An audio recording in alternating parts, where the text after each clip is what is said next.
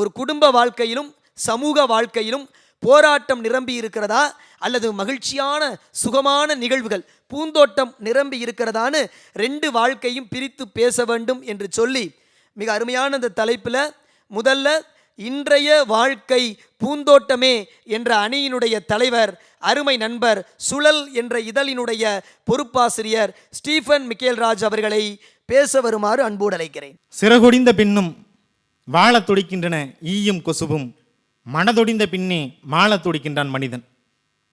எத்தனை முறை நாம் வலை கிழித்தாலும், எத்தனை முறை நாம் களைத்தாலும் வலை கிழித்தாலும் சளைக்காமல் வலை பின்னும் சிலந்தி, காதலில் தடையென்றதும் கல்லறை தேடுகிறார்கள் இளைஞர்கள்.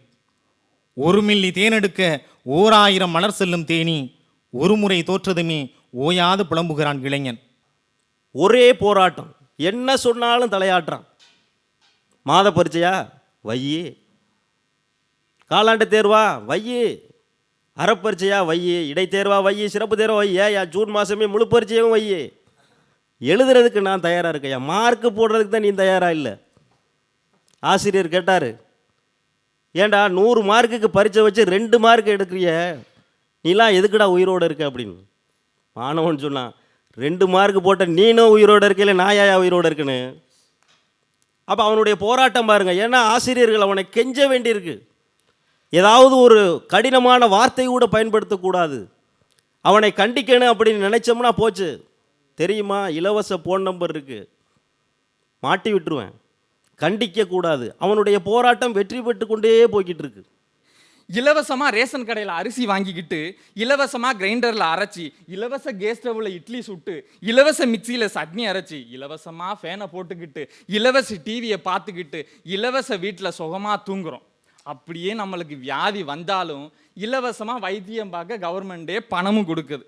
புள்ளக்குட்டி பெத்துட்டின்னு வச்சுங்க, அவங்களுக்கு இலவசமாக கல்வி, இலவச புத்தகம், இலவச சைக்கிள், இலவச மடிக்கணினி, இலவச பேகு, இலவச ஜாமெட்ரி பாக்ஸு, இலவச கலர் பென்சில், இலவச பஸ் பாஸ்.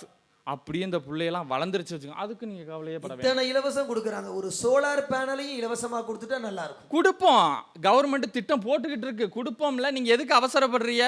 எல்லாத்துலேயும் அவசர இவுகளை மாதிரி உங்களுக்கும். நிலத்தை கொடுத்தார்கள், பண்படுத்தினோம், சீர்படுத்தினோம், வாழ்க்கையை செம்மாந்து வாழ்ந்தோம். ஆனால் இன்றைக்கு நிலைமை அதுவாக நடந்து கொண்டிருக்கிறது. படிப்பை கொடுத்து விட்டார்கள், நிலத்தை கொடுக்க மறுக்கிறார்கள் என்ற வேதனை ஆதங்கத்தோடு பதிவு செய்தார். அப்பொழுதுதான் நான் சிந்தித்து பார்த்தேன், தமிழ்நாட்டில் இருக்கக்கூடிய நிலங்களே காணாமல் போய்விட்டது என்று. தொலைக்காட்சியிலே பேப்பரிலே செய்திகளாக வந்து கொண்டிருக்கிறது. தமிழன் அழகாக வாழ்ந்தான். குறிஞ்சி, முல்லை, மருதம், நெய்தல், பாலை என்று திணைகள் வகுத்து, திண்ணைகள் தோறும் திணைகள் வகுத்து வாழ்ந்தான். அருமையான வாழ்க்கை முறை அந்த வாழ்க்கை முறை. பாருங்கள், இன்னைக்கு திண்ணைகளையும் காணும், திணைகளையும் காணும். பக்கத்தில் மேலூருக்கு பக்கத்தில் குறிஞ்சியை கூட காணும். புரியும் நினைக்கிறேன், மலைகளையே காணவில்லை. போராடாமல் எந்த உயிரும் வெற்றி பெற முடியாது. நீங்கள் சொன்ன மாதிரி அணுக்கள் 1000 சேர்ந்து போராடுகிற பொழுதுதான் கரு கூட தரித்து பிள்ளையாக உருப்பெறுகிறது. அப்போ எவ்வளோ போராட்டம் இருக்கும். இந்த வாழ்க்கையினுடைய போராட்டத்திலேயே, உலகத்தில் இருக்கிற போராட்டத்திலேயே மிகப்பெரிய போராட்டம் எந்த போராட்டம் தெரியுமா? ஒரு தாய் பிரசவ வேதனையில் துடித்து ஒரு கருவை இந்த உலகத்துக்கு புது வரவை தர்றா பார்த்தீங்களா? அந்த போராட்டத்திற்கு இணைய எந்த போராட்டத்தையும் சொல்ல முடியாது.